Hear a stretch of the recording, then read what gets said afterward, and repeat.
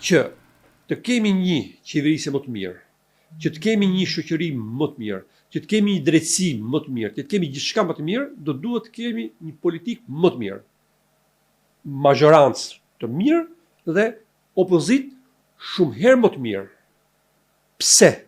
Sepse majoranca është ajo e cila ka individ, apo quaj po të duash edhe tërë majorancën që i merr koka erë dhe që nuk përmbush detyrat qoftë nga pikpamje morale politike, por edhe ligjore dhe ka pasoja të rënda për shoqërinë, i vetmi mekanizëm bllokues, i vetmi mekanizëm kontrollues, i vetmi mekanizëm që të bëjë rotacione dhe gjithçka është opozita. Dhe unë i ngelem stoik qëndrimit. Pa një opozitë mirë, gjithmonë do kesh një qeverisje jo të mirë. Dhe këtë jam më si sigurt dhe më së qartë. Dhe parimi është, shiko se që kam si individ vetën time, shiko një herë veten tënde, a je në rregull me veten tënde? A je njëri që ti përballë atij të cilët diskuton, debaton, je i qartë në atë çka thuhet dhe çfarë të kërkon tjetri dhe çfarë diskuton temën? Nëse ti je i qartë dhe në rregull të ke përmbush gjithë detyrimet tuaja në raport edhe po filloj nga bashortja, nga baba, nga nëna, nga familja dhe të tjerat, atëherë ti ke të gjithë të drejtën morale dhe ke të thuash aftësinë dhe moralitetin që të përballesh me çdo individ. Në rastin konkret janë 3 momente të cilët një opozit do duhet ose majoranca të jetë në vështirësi për rastin konkret. Kush është? 1. E para, do duhet që vetë majoranca të ketë probleme vetës vetë me numra në gjuhën italiane fragjil, që do të thotë aty që kam thonë po në intervistë ju nëse kujtohet që opozita për zgjedhjet e 11 majit do duhet që pavarësisht që ishte një humbje paralajmëruar për shkak të konflikteve dhe gjithçka situatës nga në shtatori 2021 deri në 2025, që do të thotë që e kishte shumë të vështirë për të fituar dhe ka qenë zgjedhjet më të lehta për majorancën për të fituar. Për shkak të rrethanave të brendshme. Që do të thotë nëse do të kishte patur një qasje tjetër nga leadershipi i opozitës dhe nga vetë opozita në tërësi, nuk do kishin këto numra kaq të mëdhenj nga ana e majorancës 83 vetë Partia Socialiste, pavarësisht problemeve të zgjedhjeve, pavarësisht blerjeve, shitjeve apo gjëra të caktuara që kanë ndodhur të intimidimit apo gjëra tjera, sepse aty kemi qenë edhe në 2021-shin apo në 2017 që nuk e ka patur këto numra, se thuat ti që ka qenë më dobët pushteti, thuat ti nuk ka pas blerje, thuat ti s'ka pas të fortë ishin. Por kishte edhe gjë tjetër që opozita ishte më organizuar dhe bënte të mundur që të kishte një numër më të madh mandatash. Dhe po të kishin patur sot një 71, 72, hajde të themi 73 të kësaj majorancë, do ishte gjithmonë më lehtë për opozitën për të krijuar një situatë presioni politik më të fortë ndaj majorancës.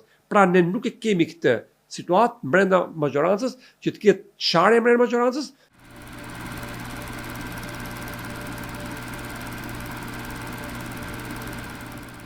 Jam një deputet nga 2005. Në 21 prill të 2008-s, në ndryshimet e famshme kushtetuese të majorancës së asaj kohe Partisë Demokratike, të kryeministit zoti Berisha, i është bërë një marrëveshje me Partinë Socialiste dhe ndryshimet kushtetuese që nuk ka më rrëzim të qeverisë apo të majorancës, por ka rikonfigurim përsëri të vetë qeverisjes nga ana e majorancës. Pra jepet mundësia prapë majorancës që nëse ike një kryeministër, majoranca ka të drejtën, jo ky kryeminist të kalojë në votbesim, brenda parlamentit, por edhe marrjen e qeverisë nga një kryeministër tjetër brenda majorancës. Pra e ka parashikuar vetë kushtetuta.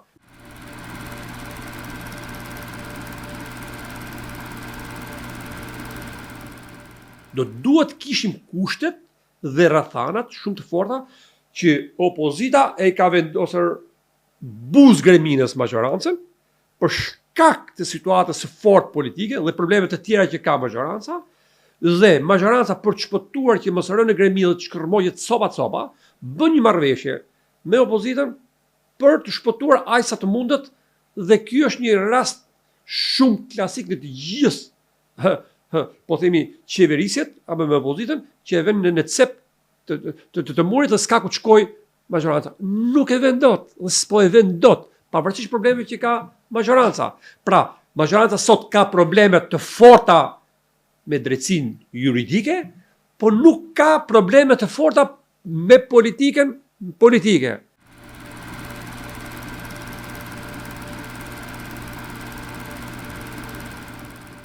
Mbas 2021 ke pas zero presionin ndërkombëtar, marrëveshjet me ndërkombëtarët, arbitrin ndërkombëtar, dhe sepse në Shqipëri merret qysh nga 91-shi, nga 92-shi, në gjithë marrëveshjet, 97-a, 2001-shi, 2017, gjithçka, gjithmonë ka qenë një arbitër brenda ndërkombëtar, që ka qenë ndërkombëtarët të cilët kanë bërë të mundur, po themi, marrëdhënien dhe edhe zgjidhjen e konfliktit midis majorancës dhe opozitës. Sot nga në shtatorit 2021-shit e mbrapa, më gjeni, sidomos nga 2022-shit, kur e ka marrë Sali Berisha Partitë Demokratike, një ambasador në dyert e Partitë Demokratike. Mirë apo keq si ka qeverisur opozitën Lulzim Basha, nëse ju kujtohet, nuk kishte javë, nuk kishte muaj që takime pa diskutim në zyrën e Partisë Demokratike, nuk kishte dreka darka me ambasadorët që tregonin për treguar situatën politike. Mos harroni që në marrëveshjet e famshme që ka qenë prezent në kohën e Zotit Basha për si ndërkombëtarët, mos harroni që edhe çdo delegacion ndërkombëtar që vinte në BE-s apo të Shtetet Bashkuara të Amerikës, pavarësisht se që ka qenë gjithmonë edhe kur kemi qenë në majorancë, takohej majoranca, kryeministri takohej edhe lideri i opozitës. Më gjeni një rast të vetëm që të jetë takuar lideri i opozitës për gjatë këtyre viteve.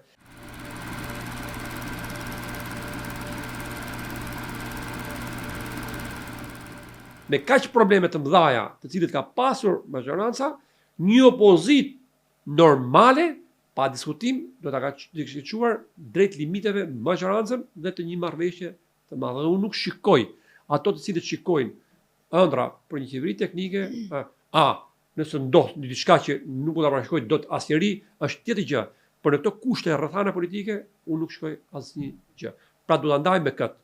Problemet janë me drejtsinë, janë juridike. Dhe më e forta kush është? Është janë edhe majoranca dhe opozita në të njëjtën varg, në detin adriatik, që opozita mendon që do të mbytet majoranca dhe do shpëtoj opozita në varg në të njëjtën situatë rrethana që janë, pavarësisht që majoranca ka më shumë problematika, ka më shumë gjuna, ka probleme më të forta, por edhe opozita nuk është pa probleme. Që do të thotë që nëse mbytet një varg e tillë, do të mbytet majorancë dhe opozitë, por jo të mbytet majoranca dhe të shpëtoj opozita. Prandaj e shikoj problemin kaq. Dhe e fundit është kjo, që të luftosh një majorancë, do duhet të kesh një kartë moralitetin.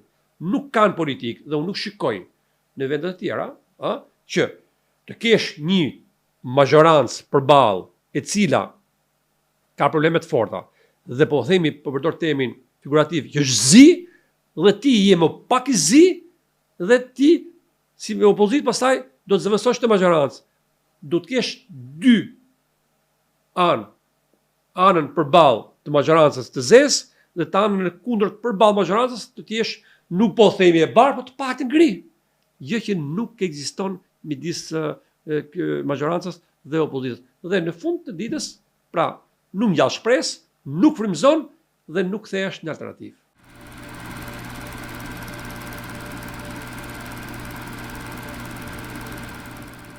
Të gjithë brenda strukturave, brenda militantëve, brenda Partisë Demokratike, pjesë më të madhe dhe të vërtetës ishte që Sali Berisha gëzonte mbështetjen më të madhe se kushdo tjetër në të periudhë të momente, që do të thotë do duhet të ishte pa diskutim kryetari i Partisë Demokratike, i opozitës, dhe kishte dy momente, kishte vetëm dy detyra për të përmbushur si kryetari i opozitës dhe për ta bërë alternativë të besueshme dhe të mundshme për të fituar me 11 maj 2025. Kush ishte? Një e para.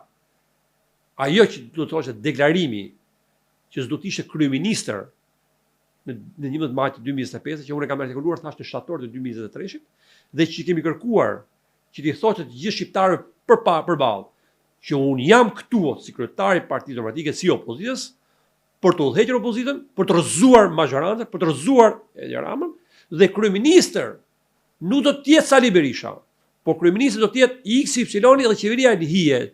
Do të që kam thonë që do duhet që patjetër kam shtruar një grup parlamentar që do duhet kishte qeveri hije, që çdo muaj një ekip i ndarë i grup parlamentar të përfaqëson të kontrollonte çdo ministri dhe të shikonte, monitoronte çka kishte, shkeljet e ligjit, shkeljet apo gabuzimet dhe në fund të muajit, në fillim të muajit pasardhës, të ditë të thoshte çfarë ka bërë kjo ministri, çfarë ka bërë ky institucion dhe si do ta bëjmë ne dhe si do ta përmirësojmë ne.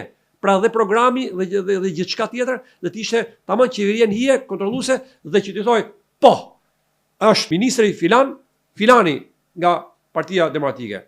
Dhe atëherë do ngjalli shpresë e madhe për të gjithë qytetarët shqiptar. Dhe e dyta, duke pat parasysh që Partia Demokratike ishte lokomotiva e opozitës, do duhet që kjo lokomotivë mos ishte e vetme, po do të ishte një tren me shumë vagona, deri tek vagoni i fundit, dhe të bashkohet të gjithë opozitën, duke të shuar nga vetja, dhe duke mos qenë vetë kryeministër Sali Berisha, të ishe sigurt të gjithë opozita do gjejë një konsensus pastaj, sepse në fund të ditës po të shikosh të gjithë, qoftë agroshe tjetër, gjithë problemin e kishme me leadershipin.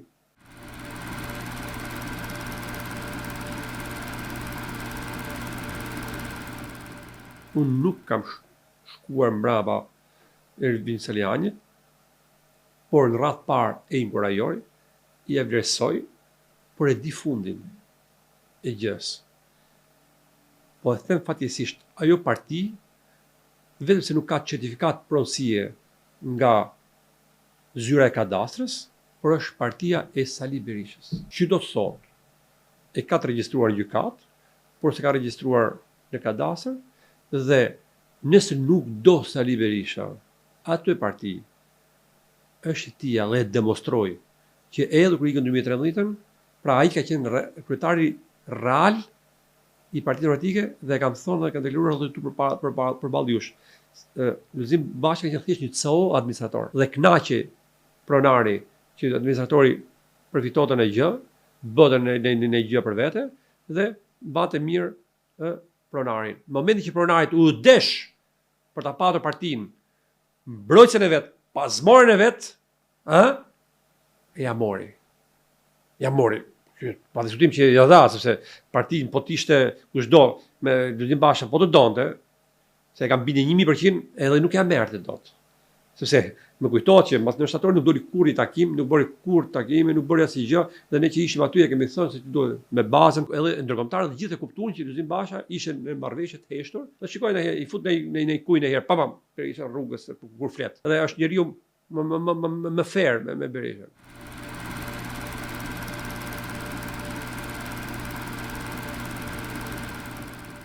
Aty që një më mirë është partia, terreni. Dhe fuqia ime aty ka qenë këtë terreni. Organizimi një forcë politike që është kryesisht Partia Demokratike janë seksionet, grup seksionet, degët, këshilli kombëtar, kryesia, kryetari i partisë. Departamentet ato nuk i llogarisin brenda për brenda. E fillojmë nga seksionet. Çfarë fenomeni ka ndodhur tek seksionet? Dhe ajo të cilët unë dhe bashkë me gjithë kolegët e mi i kemi kërkuar Berishës me përpara mas 6 marsit 2022 të shtrydhur 30 prillit dhe të kishte një kuvent pajtimi që do të thotë që të gjithë ato që ishin po themi krahun e Partisë Demokratike institucionale të zotit Basha dhe ato të cilët ishin larguar dhe ishin indiferent, do duhet që ne t'i afronim dhe të ishte ky pajtim poshtë përpara se të bëjë pajtimi lart i grupit parlamentar.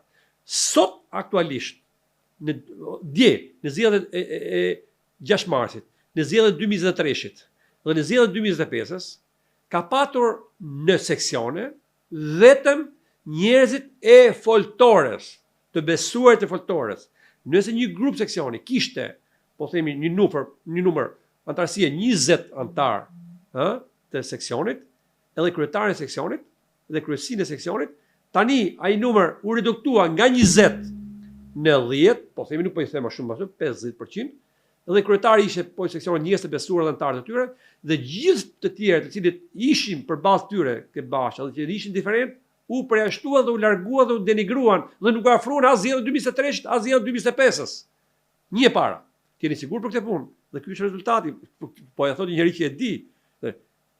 Grup seksionet e njëjtë situatë. Pra ishin 40-50, përfunduan 20-25.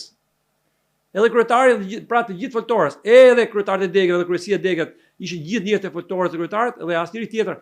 Dhe të gjithë ato të cilët po them prapë përsëris ishin kundërshtar, që i quhen ato, i përjashtuan dhe nuk e afruan prapë dhe nuk u shtrit dora absolutisht as zgjedhjes 2023-2025. Pra kjo është situata reale dhe sot Sali Berisha kontrollon këtë pjesë. Pra seksionet, grup seksionet, degët, antrasin, njerëz e tyre që sido që do rrethane, Ervini, Dashi, kushdo nuk ja fiton dot kurrë.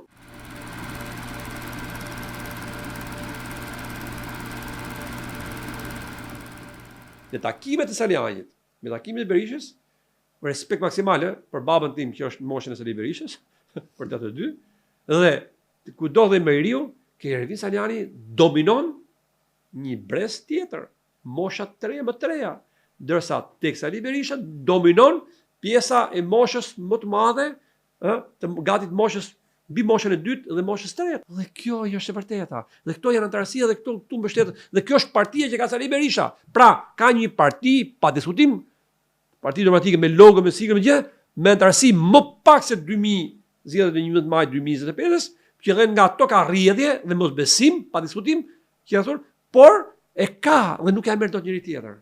Kjo është situata.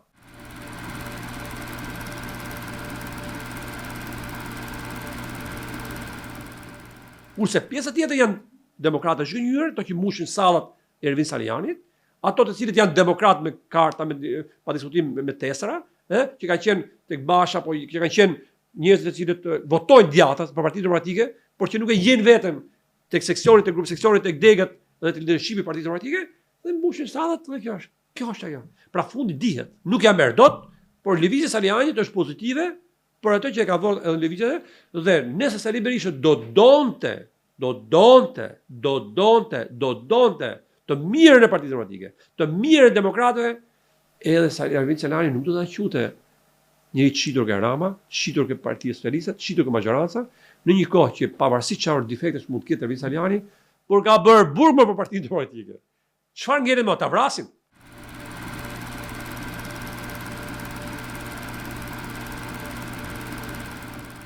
Janë njerëzit të zhgënjur, si shkuan në 2021 nga Sali Berisha mbas humbjes të humbjes të zgjedhjeve 2021, se ka një depresion Partisë Demokratike në kuptimin të antarësia dhe shohin shpresë tek Ervin Saliani, se ku do shkojnë, se ka njerëz se cilët e shikojnë nuk duan majorancën, kanë probleme, nuk duan Sali Berishën, do shkojnë në një grupim të caktuar. Pra nuk e bashkon dhe nuk do të bashkojë Partitë Demokratike, do ta lejë të përçar dhe kështu intereson, sepse në momentin që bashkohet Partia Demokratike, humbet fuqinë brenda Partisë Demokratike dhe njerëz tani do të kaluar edhe në paranoje, që do të jemi qartë tash.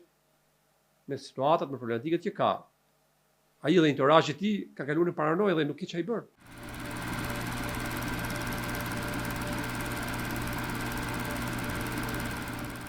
Ka një pjesë, që themi target group, të cilët janë pjesa që nuk e kanë problem të votojnë as majtas, as djathtas, janë pjesa gri që e bën diferencën, se militantët që ka PD-ja apo Sali Berisha i ka që ka PS-ja, por diferencën nuk e bën ato. Ti mbaj ato të dy palët, por nuk fiton prap.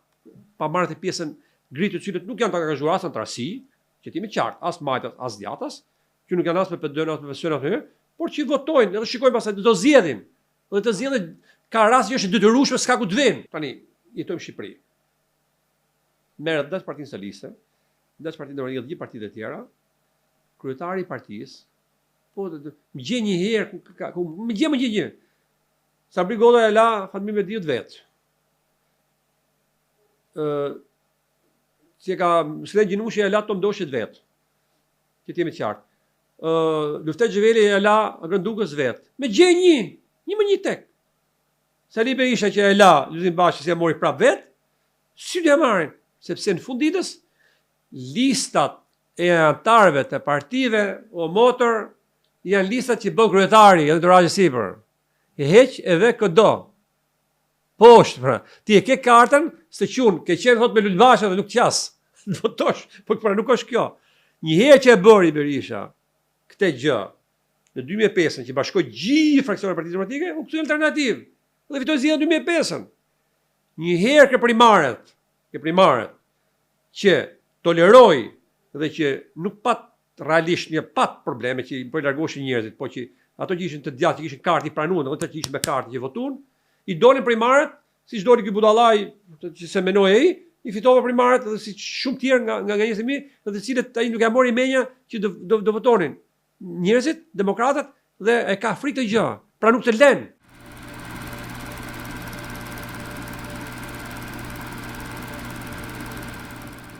Me rastin, nuk është çështje, rastin tim, po kërkoj për vendin tim, të tjerë, ka të tjerë, që nuk i mbaj mend emrat në për vende caktuara.